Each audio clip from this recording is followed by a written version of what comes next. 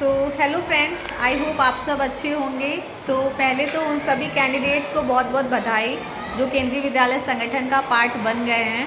और आप जानते हैं रिज़ल्ट आ चुका है। आरओ ने जितने भी 25 रीजनल ऑफिस हैं सब ने अपने अंतर्गत आने वाले सभी केवीज़ की जो रिज़ल्ट है, जो नए सेलेक्टेड कैंडिडेट्स हैं उनकी लिस्ट निकाल दी है। बहुत जल्द आपको कॉल आएगा और हो सकता है आ भी चुका हो इस विद्यालय के द्वारा कि आपको ये केवी अलॉट हो चुका है, आप आकर ज्वाइन करिए। तो जितनी जल्दी हो सके आप केंद्रीय विद्यालय में आप ज्वाइन कर लीजिए, ताकि जो आपकी सीनियरिटी है और जो सीनियर स्केल है उस पर कोई फ़र्क ना पड़े।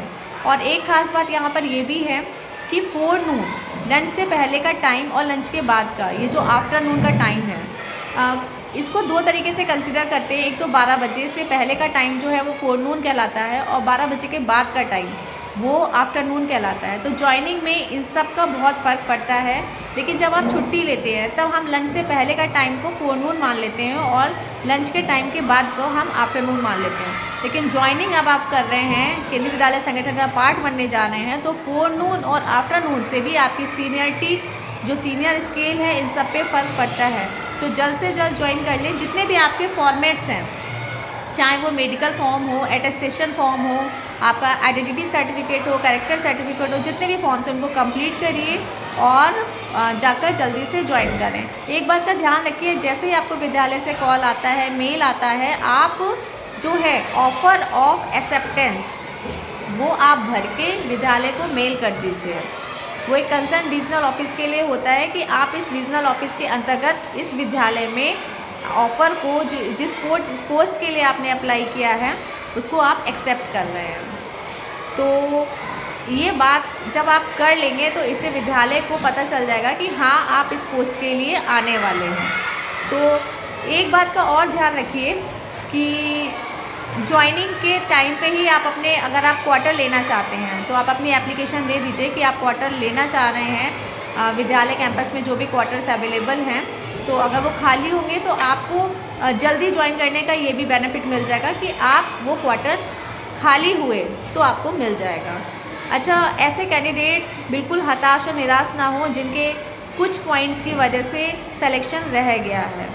तो बहुत जल्द वेटिंग लिस्ट आएगी, विदिन 2 या 3 महीने के अंदर, लगभग टाइम इतना ही लगता है, वेटिंग लिस्ट आ जाएगी और हो सकता है उसमें आपका नाम हो।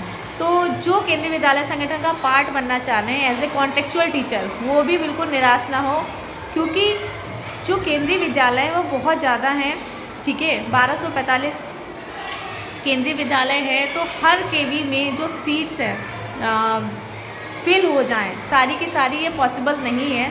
हर रीजनल ऑफिस के अंतर्गत जितने भी केवी आ रहे हैं तो कहीं ना कहीं जो सीट्स हैं वो वैकेंट रह जाएगी, चाहे वो प्रमोशन हो, चाहे ट्रांसफ़र हो, या फिर आप रिटायरमेंट के थ्रू भी जो वैकेंसी है वो रहती है, बनी रहती हैं। तो इस वजह से आप इन सब का भी जो है वेबसाइट है वो चेक करते रहें, रेगुलर आप जुड़े रहें। और एक बात का और ध्यान रखिएगा कि अभी भी मौका है, चाहे वो कॉन्टेक्चुअल टीचर बनने का, चाहे परमानेंट टीचर बनने का, केंद्रीय विद्यालय संगठन में अभी भी मौका है। तो आप अपनी तैयारी जो है करते रहें। बाल बाटिका टीचर्स के लिए एक जो नया रिक्रूट है वो भी बहुत जल्द आ सकता है, विदिन 1-2 साल के अंदर, क्योंकि अब बाल बाटिका की क्लासेस भी शुरू हो गई हैं। तो एलडीटी कोर्स अगर आप कर लेते हैं तो इससे भी आपको बेनिफिट मिलेगा।